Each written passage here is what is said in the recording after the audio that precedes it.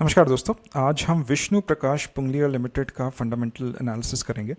तो विष्णु प्रकाश एक small cap company है। इसका मार्केट कैपिटलाइजेशन 3000 करोड़ का है और ये एक ईपीसी कंपनी है। तो गवर्नमेंट के जो वाटर इंफ्रास्ट्रक्चर रिलेटेड प्रोजेक्ट्स होते हैं जैसे इरिगेशन, कैनाल्स, वो प्रिडोमिनेंटली ऑपरेशनलाइज विष्णु प्रकाश करती है, right? And this is predominantly in the state of Rajasthan. So 46% revenues come from the state of Rajasthan and 78% of the revenues come from this segment which is water infrastructure and irrigation. Railways के भी कुछ projects है, roadways के projects भी है, but वो insignificant है। और उत्तराखंड, यूपी, एमपी में एक तरह से एक्सपैंड कर रही है, बट प्रिडोमिनेंटली राजस्थान स्थित एक कंपनी है, गवर्नमेंट के साथ काम करती है, central government, state government, local municipalities as well, right? तो इस कंपनी को मैंने शॉर्टलिस्ट इसलिए किया क्योंकि इस कंपनी का ऑर्डर बुक जो है वो 5000 करोड़ का ऑर्डर बुक है अगले 3 साल का, राइट? तो मार्केट कैप 3000 करोड़ का है और ऑर्डर बुक 5000 करोड़ का है, राइट? तो when we analyse companies, sales growth जो होता है, फ्यूचर सेल्स ग्रोथ पिछले अगले 2 साल का, 3 साल का, there are 2 leading indicators of sales growth. One is the capex जो मैन्युफैक्चरिंग कंपनीज में हम देखते हैं, और दूसरा when we look at EPC companies, it's order book, right? अगर आप आईटी या सर्विसेज कंपनी की बात करते हैं तो टोटल कॉन्ट्रैक्ट वैल्यू कि आपके कॉन्ट्रैक्ट्स कितने आने वाले हैं. तो विष्णु प्रकाश इज एन ईपीसी कंपनी और इसका जो ऑर्डर बुक है, वो ऑर्डर पाइपलाइन जो है वो 5000 करोड़ का है, राइट? एक और कट ऑफ रखना बहुत ज़रूरी है कि जब भी आप ऑर्डर बुक्स देखें, the order book has to be 2x of the revenues of the current year और द प्रिसीडिंग ईयर, राइट? तो FY25 अभी तक ख़त्म नहीं हुआ है, तो मैं FY24 की बात करूँगा. FY24 में रेवेन्यूज़ ऑलमोस्ट 1500 करोड़, तो कट ऑफ हमें हर वक्त 2x रखना है 1500 करोड़ का. मतलब मिनिमम ऑर्डर बुक जो है वो करीबन 3000 करोड़ की तो होनी चाहिए, राइट? नहीं तो फ़ायदा नहीं है. अगर if it's like 10%, 15% of the current revenues और द प्रीवियस रेवेन्यूज़, तो कुछ ऐसे बहुत ज़्यादा एक्स्ट्रॉर्डनरी रिटर्न्स नहीं आते. It has to be minimum 2x of the current revenues. Then you can expect a 3x, 4x, 5x kind of a return out of these stocks in a period of around 3 years, 3.5 years, right?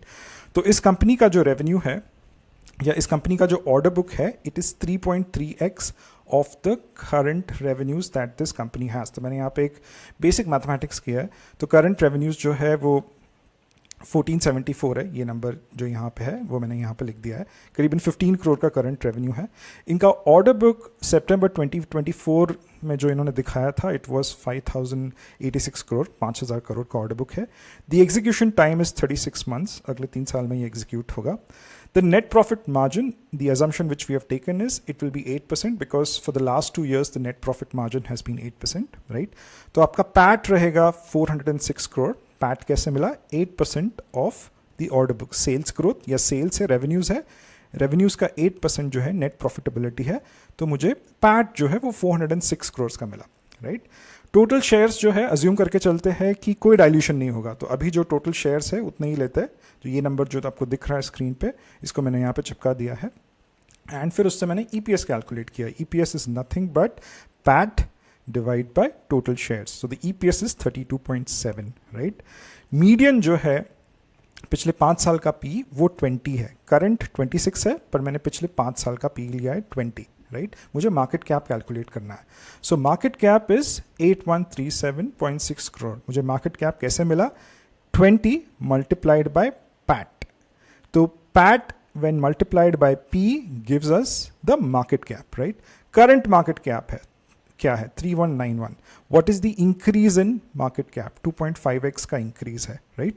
If the market cap goes up by 2.5x, then the stock price we assume will go up by 2.5x as well. So current stock price is 256. So 3 years down the line, the stock price would be 652.8, right?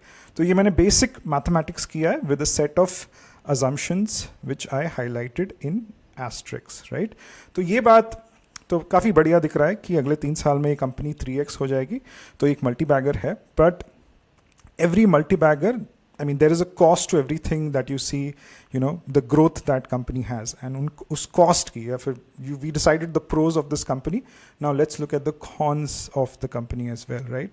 तो इस company का अगर आप net profit margin देखोगे, it is below 10%. In other words, the profitability is not that great. we normally look at companies which have a net profitability margin of more than 10%. Profitability अच्छा होना चाहिए business का. इस business का profitability 8% है. ये इतना कम क्यों है, right? क्योंकि बेसिकली ये जो EPC कंपनीज होते हैं ये कॉन्ट्रैक्टर्स होते हैं, राइट? और ये टेंडरिंग और बिडिंग का प्रोसेस करते हैं, राइट? गवर्नमेंट कॉन्ट्रैक्ट्स की खास बात ये रहती है कि काउंटर पार्टी रिस्क बहुत कम होता है, राइट? गवर्नमेंट भले देर से क्यों ना हो पैसे दे देती है, राइट? एंड गवर्नमेंट कॉन्ट्रैक्ट्स के लिए होड़ मची रहती है, तो there is a lot of competition for government contracts. और गवर्नमेंट उनको कॉन्ट्रैक्ट देती है जिनका प्राइस जो है वो सबसे कम हो, right? The lowest bidder, lowest cost bidder is the one which wins the contract, right?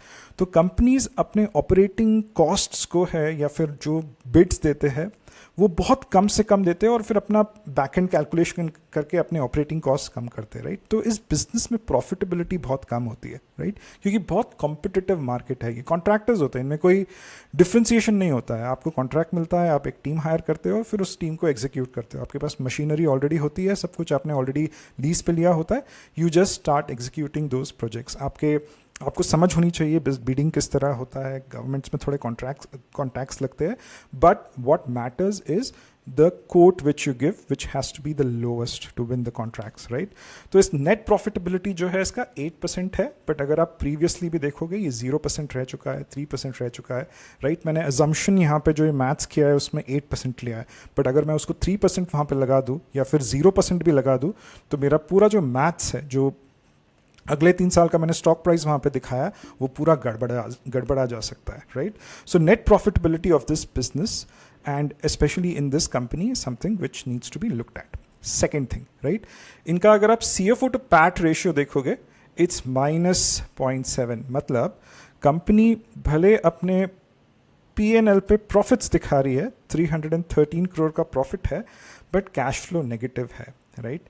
तो जब आप गवर्नमेंट्स के साथ काम करते हो तो आपको कलेक्शन एक बहुत बड़ा चैलेंज बन जाता है, राइट? फॉर एग्जांपल इस कंपनी के जो भी रिसीवेबल्स है, 55% of those receivables are lying with the state government and Rajasthan. पिछले 9 महीनों में अभी तक क्लियर नहीं है, वो रिसीवेबल्स क्लियर नहीं हुए, राइट? तो कैश ही नहीं है कंपनी में. प्रॉफिट अच्छे है, 313 करोड़ मतलब डिसेंट प्रॉफिट है, राइट? बट कैश नहीं है, right? CFO to PAT ratio negative है. तो फिर भी लोग एक तरह से या कॉन्ट्रैक्टर्स गवर्नमेंट के पीछे लगते हैं इनके लिए, बिकॉज भले देरी हो रही है पैसे मिलने में, बट पैसे मिल जाते हैं, गवर्नमेंट है, पैसे मिल जाते हैं, राइट? तो CFO to PAT ratio is -0.7 और it's I mean there are no cash flows in the company. जब आपके CFO टू पैट इतना कमज़ोर है या फिर आपके बिजनेस में कैश फ्लोज नहीं है, तो फिर कंपनीज करते क्या है? कंपनीज बहुत सारा शॉर्ट टर्म डेट लेते हैं, क्योंकि ऑपरेशंस तो एग्जीक्यूट करने ही हैं, right? You need machinery, you need people, you need land in some cases. तो इसलिए इस कंपनी का जो शॉर्ट टर्म डेट देखोगे आप, वो सिर्फ बढ़ते जा रहा है. तो ये कंपनी करीबन 2023 में स्टॉक मार्केट पर लिस्ट हुई, करीबन इन्होंने 390 करोड़ रेस किए और वो 390 करोड़ में से 60% जो है उन्होंने अपना शॉर्ट टर्म डेट या वर्किंग कैपिटल डेट चुकाने में लगा दिए, राइट? तो गवर्नमेंट के साथ काम कर रहे हैं, पैसा आ जाएगा, बट पैसा आने वक्त लगता है, राइट? अगर आप रिसीवेबल डेज भी देखोगे, सेम कहानी बता रहा है, 166 डेज का रिसीवेबल डेज है. ट्रेड रिसीवेबल्स भी देखोगे, 853 करोड़ के ट्रेड रिसीवेबल्स है, राइट? तो इसका बैलेंस शीट है जो थोड़ा कमज़ोर है. इससे क्लियर कट ये समझ में आता है कि ये कंपनीज हैं, इनके पास कोई बार्गेनिंग पावर नहीं है अपने कस्टमर के साथ. जो कस्टमर बोले वो इनको मानना पड़ता है, क्योंकि मानना पड़ता है, गवर्नमेंट है यहाँ पे कस्टमर, राइट? तो the balance sheet of this company is fairly weak because the business model does not have a lot of bargaining power, a lot of negotiating power, right? But 5,000 crore is the order pipeline that this company has, right? Whenever you analyze EPC companies, there are three questions which you need to keep in mind, right? Especially with regards to order book, 5,000 crore, right? 5,000 crore, क्या ये authentic number है या फिर ये एक misleading number है? Right? इसका एक तरह से ड्यू डिलिजेंस करना बहुत इंपॉर्टेंट है. तो जब मैंने इसका ड्यू डिलिजेंस किया तो 5,000 एक ऑथेंटिक नंबर है, क्योंकि जब आपका कस्टमर जब गवर्नमेंट होता है तो it's an authentic number which normally promoters quote, and you can just cross check it with the details websites of the state government as well कि 5,000 करोड़ का कॉन्ट्रैक्ट टेंडर मिला है इस कंपनी को, या 5,000 करोड़ के टेंडर्स मिले हैं मल्टीपल गवर्नमेंट से. There are ways to kind of do the due diligence around this, right.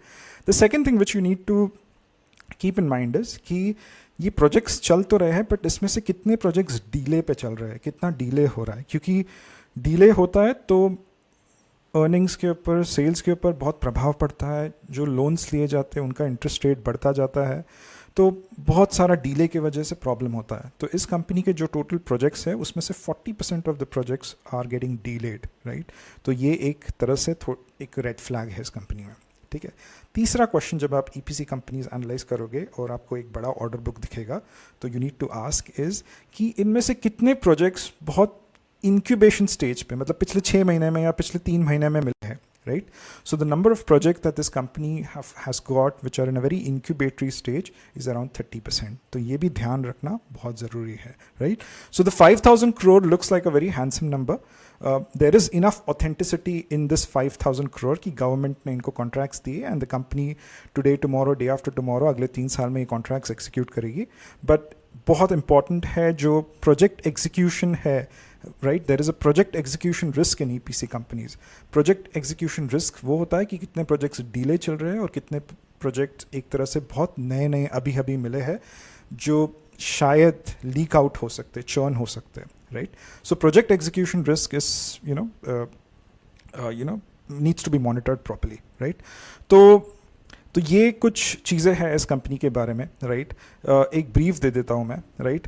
Do we expect a sales growth of more than 25% in the next 3 years? Yes. 5,000 crore का अगर top line आएगा तो sales growth उतना ही दिखेगा, right. Sectoral tailwinds, are there sectoral tailwinds in this sector, in this company? Yes there are, right. Public capex पिछले 5 साल से 4 साल से काफ़ी सही चल रहा है, राइट. तो बजट आएगा, बजट के बाद क्या पब्लिक केपेक्स गवर्नमेंट पूरा स्क्वाश कर देगी, हाफ कर देगी, 1/4 कर देगी? ऐसा कुछ नहीं करेगी. पब्लिक केपेक्स चलता रहेगा. तो जो सेक्टोरल टेलविंड्स कोविड के बाद शुरू हुए थे वो एक तरह से कंसिस्टेंट रहेंगे, right. EPS of 25%, yes. If everything goes well the EPS would be more of more than 25%. Company अगर इक्विटी डाइल्यूट नहीं करेगी तो ठीक ठाक चलते रहेगा. कंपनी के बैलेंस शीट पे थोड़ा डेट है, but that is something which the company cleared from the IPO which it had taken 2 years back, right. Profitability in business is low, 10% से कम है, उसका मैंने एक्सप्लेनेशन दिया है. Predictability cash flows is not there. Strength of the balance sheet मैंने average कहा है, और वैल्यूएशंस मैंने मॉडरेट. कंपनी बेसिकली प्रोफेशनल्स के लिए थोड़ा कम ही है. It is for people who are doing full time investing, क्योंकि ऐसे कंपनीज़ के क्वार्टरली कॉन कॉल्स पढ़ना बहुत ज़रूरी होता है, ड्यू डिलिजेंस करना बहुत ज़रूरी होता है, राइट. प्रमोटर जो बोल रहा है वो सही बोल रहा है, वेबसाइट्स पे जाके चेक करना बहुत इंपॉर्टेंट होता है. जो नॉर्मली 9 to 5 जॉब में रहते प्रोफेशनल्स रहते हैं उनके लिए स्ट्रक्चरल ग्रोथ कंपनीज सही होता है. You buy these companies and you can, I won't say you forget about the companies, but you can not do the due diligence which you have to do for these kind of companies, right. So risk appetite जिसका थोड़ा ज़्यादा होता है, it is for those kind of investors this company is. So this was a brief about Vishnu Prakash. Hope you liked the analysis. If you have, please like and share it, and follow the channel for more such updates. This is not a stock recommendation. Please do your own research. Thank you very much for your time. Take care. Bye bye.